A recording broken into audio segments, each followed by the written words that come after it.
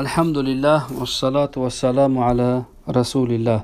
اللهم لا سهل إلا ما جعلته سهلا وأنت تجعل الحزن إذا شئت سهلا. لله تعالى. كتاب الصوم. خب الشيخ غنيمي عبد الغني غنيمي الميداني شروع میکند بعد از کتاب زکات کتاب صوم، یعنی کتاب روزه. عقب الزکات بالصوم اقتداء بالحديث كما مر. میگه پشت کتاب زکات کتاب صوم را آورد، یعنی کتاب روزه را همچون اقتدا بر حدیث رسول اکرم صلی الله علیه و سلم. شیخ رسول اکرم گفتن بنی الاسلام علی خمس: شهادت ان لا اله الا الله و ان محمد رسول الله و اقام الصلاة و ایتاء الزکات و صوم رمضان. برای در حدیث ها بعد از اینکه رسول اکرم بیان کردن فرضیت نماز و زکات، بعد از سیوم حالت بیان کردن فرضیت ماهی خب مبارک رمضان، یعنی که روزه را. الصوم لغتا الامساک مطلقا. خب الصوم یعنی صوم در لغت به معنی امساک، مطلق امساک. امساک یعنی خودداری کردن، خودداری کردن، خود رو نگه داشتن. خب این مطلقی خب معنی صوم است، اما در شریعت معنی دیگر دارد. و شرعا الامساک من المفطرات حقیقتا او حکما فی وقت مخصوص بنیت من اهلها. یعنی امساک یعنی خودداری کردن از مفطرات، چیزایی که روزه را میشکند، که این مفطرات یا حقیقی باشد، مثل اینکه مثلا در شکم چیزی داخل نشود، یعنی ننوشد نخورد، همین چیزها. او حکما یا اینکه حکما مفطرات باشد، مثلا اینکه مثلا میخورد یا که جماع میکند فراموشتانه، اینا میگن مفطرات حکمی. خب همین امساک یا حقیقی است یا که حکمی است. فی وقت مخصوص، در وقت مخصوص، یعنی ماه مبارک رمضان. خب بنیتی یعنی مع نیت، همراهی نیت من اهلها، که با شرطی که از اهل روزه باشد، یعنی که باز مثلا زن در حالت حید نفاس نمیتواند و شرحش میاد، یعنی پیرمرد پیرزنی که نمیتونن روزه بگیرن. خب از اهل روزه مقصد باید باشد، یعنی سالم باشد. خب الشیخ خودری میگه و هو ضربانی واجب و نفل، یعنی روزه دو نوع میشود، واجب میشود و نفل میشود. روزی بیان میکند که واجبش کدام است و نفلش کدام. قد یطلق الواجب. خب میگه بعضی وقت واجب رو ما اطلاق میگوییم، یعنی لفظ واجب رو در همین کتاب صوم خب بیان میکنیم، یعنی میگیم واجب است. و یراد به ما یقابل النفل کما هنا. مراد یعنی وقتی واجب میگه اراده بر همین مشهد که گویا که واجبه که او مقابل نفل باشد، چیزی که در همین کتاب صوم اومده است. و قد یطلق، و بعضی وقت اطلاق کرده میشه، یعنی مطلقاً کلمه واجب رو استفاده میبرن. و یراد به ما یقابل الفرض و النفل معا، که مقابل فرض و نفل است همین واجب. مثلا میگم در نماز سوره خواندن این چی است؟ واجب است، اما خود قرائت فرض است. خلاص مراد اینجا روزه دو قسمت، واجب است و نفل. واجبی همون فردی مقصد. فیکون واسطه بینهما. پس اینجا میگه خب واجب واسطه بین چی است؟ فرد و نفل. این یک اصطلاح فقها است در کلمه معنای کلمه واجب. کما یاتی فی قولهم، چیزی که در قول مصنف اومد که صوم رمضان فریضه، یعنی ماه روزه گرفتن ماه مبارک رمضان این فرض است. و صوم المنظور واجب و صوم النظر این واجب است، یعنی معنی اصطلاحی کلمه واجب. طيب والواجب ضربانی. همین روزه‌ای که واجب است یعنی فردی دو قسم هستند. منه ما يتعلق بزمان بعینه. خب روزه دو قسم، یا فردی است یا نفلی. خب بگیم واجب است یا نفل. خب یک قسمش میگه روزه است که تعلق به زمان، به خود همون زمان دارد، یعنی تعلق به زمان دارد. و ذلك كصوم رمضان و النذر المعین زمانه، مثل روزه ماه مبارک رمضان که این از جانب شارع، یعنی شریعت چی است؟ زمانش معین است. و که نذر معین که زمانش معین است. مثلا نذر معین، این نفر میگه اگر مثلا همین بیماریم شفا بیابد، اگر خداوند شفا داد همین بیماری مرا، خب من نظر میکنم که در ماه رجب روزه بگیرم. یعنی معین کرد کدام ماه، مثلا یک هفته اول ماه رجب روزه میگیرم. یعنی که 7 روز در ماه که 10 روزو که کل ماه رجب ما همش روزه میگیرم ماه رجب. یعنی معین کرد کو خب نظر معینم در همه قسمی گویا حکمی همون صوم رمضان دارد. خب این قسم گفت تعلق به زمان به عینش دارد، یعنی خود زمان هست مثل روزه ماه مبارک رمضان و نظر معین. فیجوز صومه بنیت من اللیل، پس جایز است روزه، یعنی روزه گرفتن ماه مبارک رمضان و نظر معین به نیت از شب، یعنی شب می شود بعد از شام، یعنی نماز خفتن مثلا نیت میکند برای فردا که روزه میگیرد و هو الافضل، و همین نیت شبانه برای روزه رمضان و نظر معین این بهتر است. میگد فلا تصح قبل الغروب ولا عنده، برای همین پیش از غروب یعنی غروب آفتاب نشده جایز نیست روزه نیت روزه رمضان برای فردا کند یا که روزه نظر معین کند. ولا عنده، و همچنین در وقت غروب هم نمیتواند کار کند، در وقت غروب آفتاب، یعنی وقتی همون نماز شام ده بعد از نماز شام مقصدش. خب برای همین خب بیان میکند اگر مبادا روز نیت نکرد چی میشود، حوزی بیان میکند میگه فإن لم ینوی، اگر نیت نکرد خب شب بگوش بعد از شام که شب نیت نکرد حتی اصبح تا اینکه صبح صادق روزی دیگر رسید، میگه اجزأته النیة ما بینه ای الفجر و بین الزوال، میگه جایز است نیت کردنش بین نماز صبح یعنی فجر صادق تا بین فجر صادق و بین زوال آفتاب. زوال آفتاب یعنی قیام آفتاب. فی الجامع الصغیر، در جامع صغیر، و فی الجامع الصغیر در اینکه در جامع صغیر آورده است که قبل نصف النهار و هو الاصح، خب نو یعنی تا زوال نمود تا نصف نهار شرعی. خب نصف نهار خب از زوال فرق میکند. زوال یعنی تو همون آفتاب قیام شدنش، یعنی بین آسمان تا آفتاب ایستادنش. اما زوال نصف نهار دیگر چیز است. مثلا اگر بامداد ساعت 5 وای شود داخل شود صبح صادق، مثلا غروب آفتاب نماز شام ساعت 6 12 ساعت نمی شود. 12 ساعت اگر تقسیم کنیم یعنی 6 7 8 9 10 11 خیلی 12 ساعت تقسیم کنیم اگر میشد 11 روز، یعنی تو 11 را نصف نهار است، اما زوال شاید ساعت 12 داخل شد، یعنی قیام آفتاب ساعت 12 باشد. برای همین در متن شیخ خدوری گفتن که تا زوال یعنی تا ساعت 12، یعنی قول صحیح قول معتبر و معتمد همین است که تا نصف نهار یعنی تو همون ساعت 11 را چون که ما حساب کردیم و همون قول اصح و همین قول صحیح است. میگه برای چی؟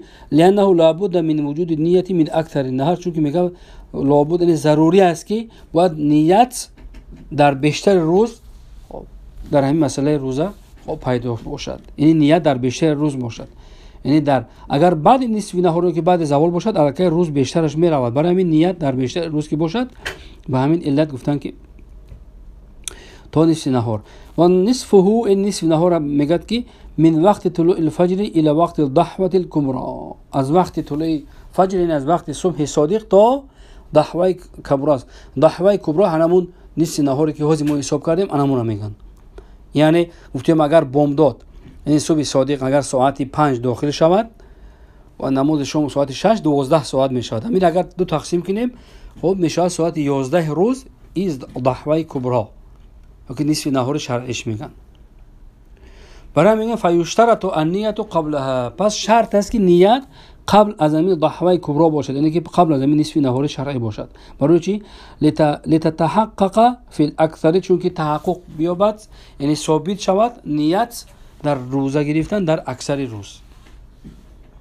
خب ولا فرق بین المسافر و المقیم، فرق نداره میگن بین مسافر و مقیم. مثلا مسافر هم اگر روزه گرفت در راه مبادا خب همون حکم دارد، چون که مقیم هم در همین حکم داخل است. خلافا لظفر، اما مظفر خلاف کردن در اینجا که مقصد بعد از تا زوال که بعد زوال هم میشود هدایه. خب این یک قسم روزه بود، این روزه واجبی یا که بگیم روزه فردی.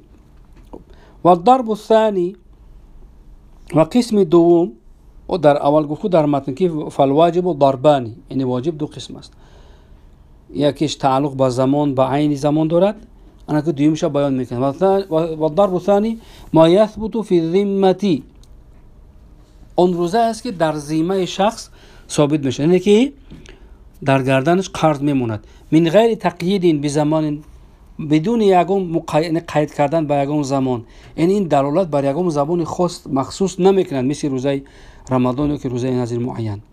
و ذلك كقضاء رمضان، و همین میگه مثل قضای ماه مبارک رمضان که چون که میدونیم قضای ماه مبارک رمضان او وقت معین ندارد، همه وقت برای او وقت هست، غیر همون روزهای ممنوعی که جایز نیست در روزها روزه گرفتن، ان شاء الله بعد شرحش میاد.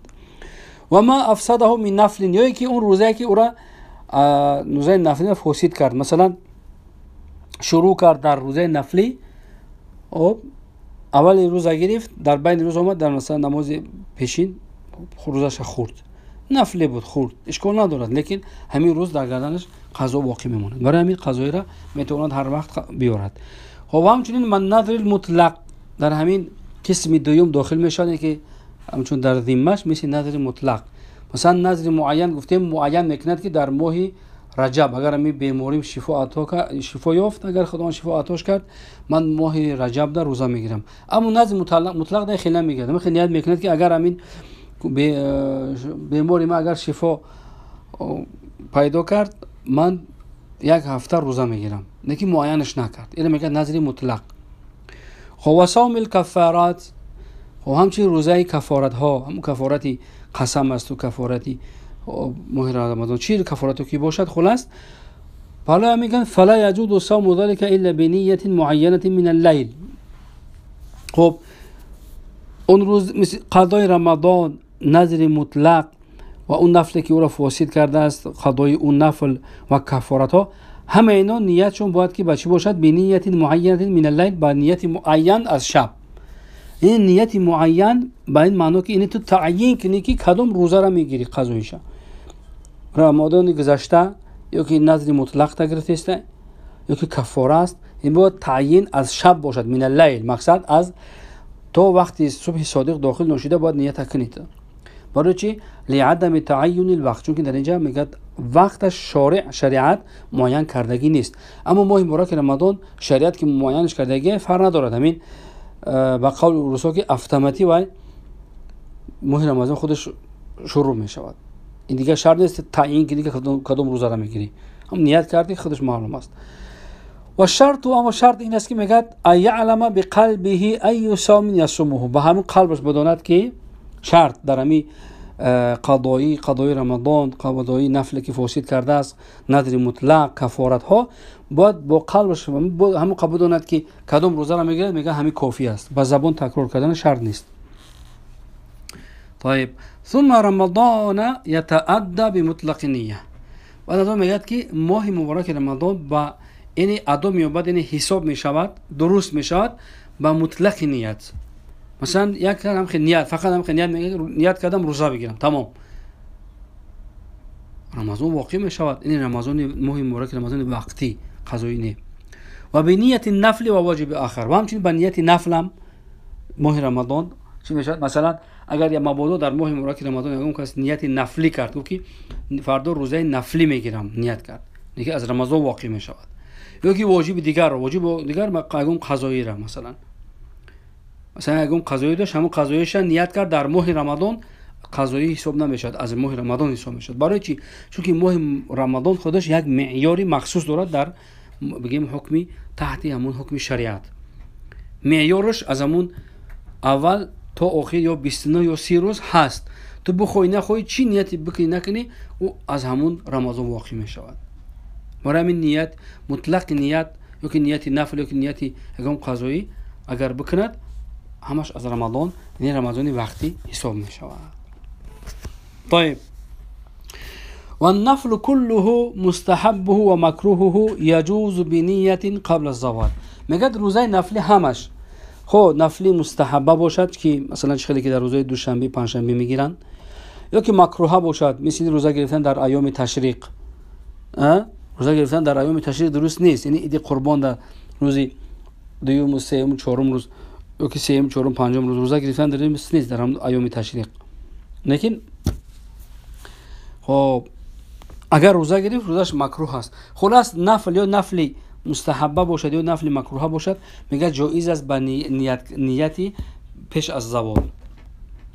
يجوز بنية قبل الزوال أي قبل نصف النهار كما مرة پیش از نصف النهار یعنی پیش از همون نصف النهار شرعی که ما در بالا ذکر کردیم چلی که گذشت. مقصد سحر خیستی خب چلی که در فصل زمستان قرار داریم خب روزا کوتاه هستند هیچی نخوردی تا ساعت 10 11 گشتی بعد دیدت که چی نخورده میتونی که همینجا نیت کنی نفلش کنی نیتی نفل کنی تا آخری روزه میشد روزه نفلی.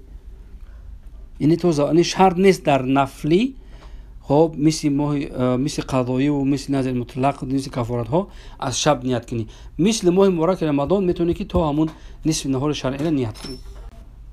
خلاص در نیت نفلی که گفتیم نفلی مستحبه باشد یا نفلی مکروه باشد خب نیت باید تو نصف نهار شرعی را کرده شود. اگر مبادا نصف نهار شرعی نیت نکرد نصف نهار شرعی گذشت البته دیگه او نیتش حساب نمیشد از همون روزه نفلیش. طيب خب این بود اول باب کتاب صوم، کتاب روزه و آخر دعوانا و الحمد لله رب العالمین.